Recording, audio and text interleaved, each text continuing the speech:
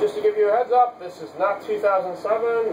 Yes, I rebought the same exact amp that I had back in 2007. I'm trying to get a little serious now because I'm trying to do bands again, and well, I needed something, and I saw this pop up, and since I'm going through a midlife crisis of sorts, I decided to pick it up. It's a little weird because, you know, you're revisiting gear that you owned a long time ago, and after going around, you know, trying out a bunch of different gear, you know, as you see other videos in my YouTube feed, I had a basically Mark IV in the apartment about 2 months ago. It's a little weird when you go off and you play like other amps like this, and then you have my all-tube TV6505 Plus combo. It's a little weird to go with something that's not tubes and to play it. So you get kind of this weird biased reaction. Anyway, I had videos up for this years ago, but times have changed, so I figure I'll start over.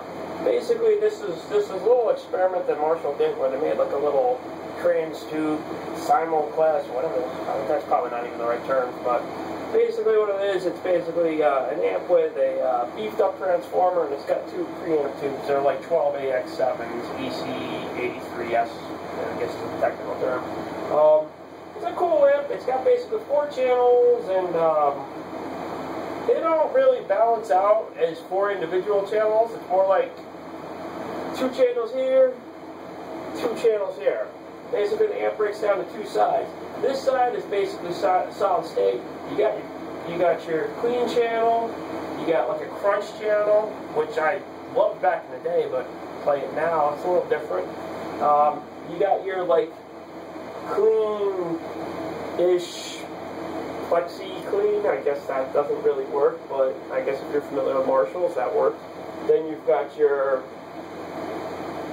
new metal distortion channel 4. Honestly, when I owned this amp the first time around, I wasn't too much of a fan of that channel, so I think I'm going to try to give it another whirl this time around.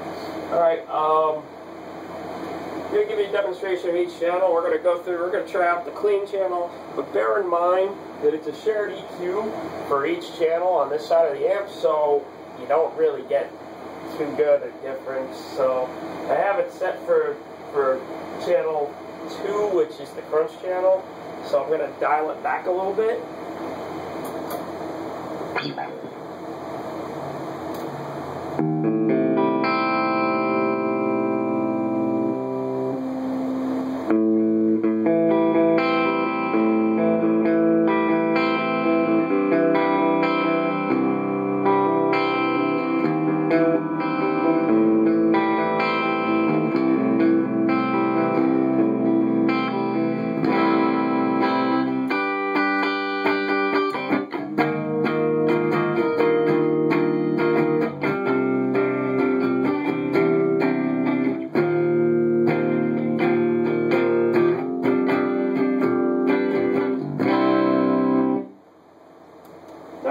The crunch channel, which I have set to the settings that are in the manual of Hot Rod JCM 800.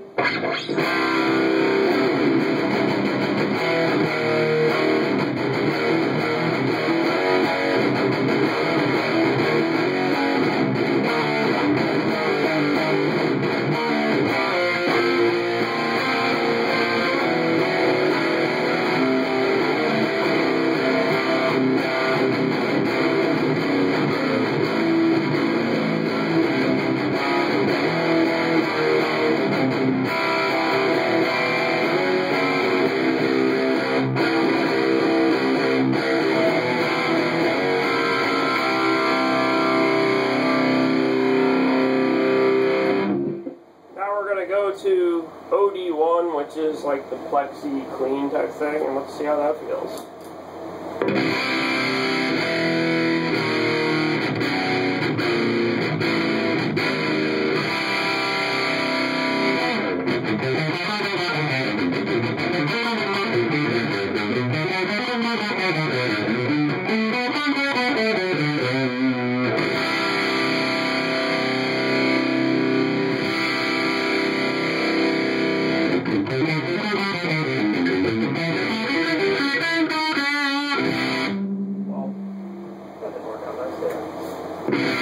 Now we're going to try the Super Violendo Crunch OD2. Gotta hide your kid and hide your wife on this one.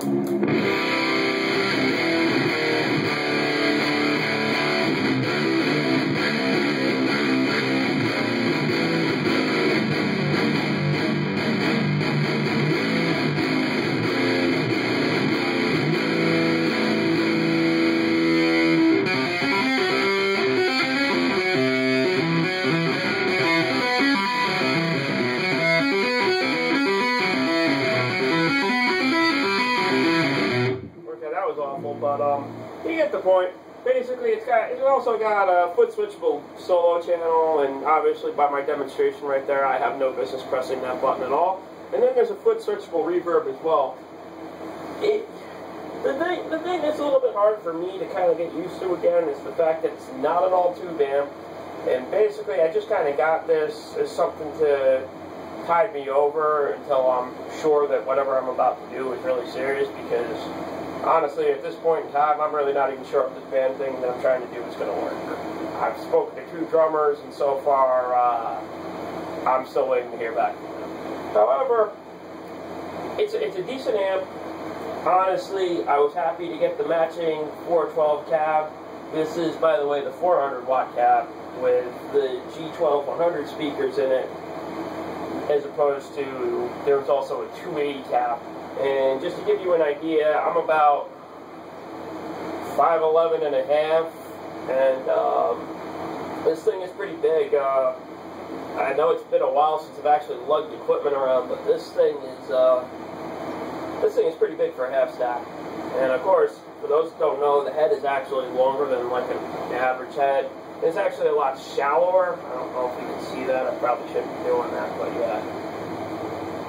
And of course, it's not true black, it's actually the Marshall green Lexus thing. It's like black with a green. Honestly, I don't even know why I'm really still talking, because I've looked at my YouTube user engagement, and most people watch like a minute and a half of my videos tops. So I can talk about, you know, my favorite kind of shirts here, like these Under Armour shirts, and you know, you guys probably won't even notice this, you know. So yeah, but anyway, if you're actually paying attention and you're like, wow, what the hell is he talking about that for? Yeah, so basically, I'm very happy, and I like to say the word basically a lot during these reviews. But I'm pretty happy, and I'd like to see where this is going to go. You know, it's been something that I've been working for a long time for, to try to get in the band, and hopefully this amp leads me to the right territory. If not, I could change this guy, but I think I'm going to keep this guy, because when I owned the previous Mode 4, I took it into a practice space one time, and they had like Ibanez Tone Blaster amps and cabs.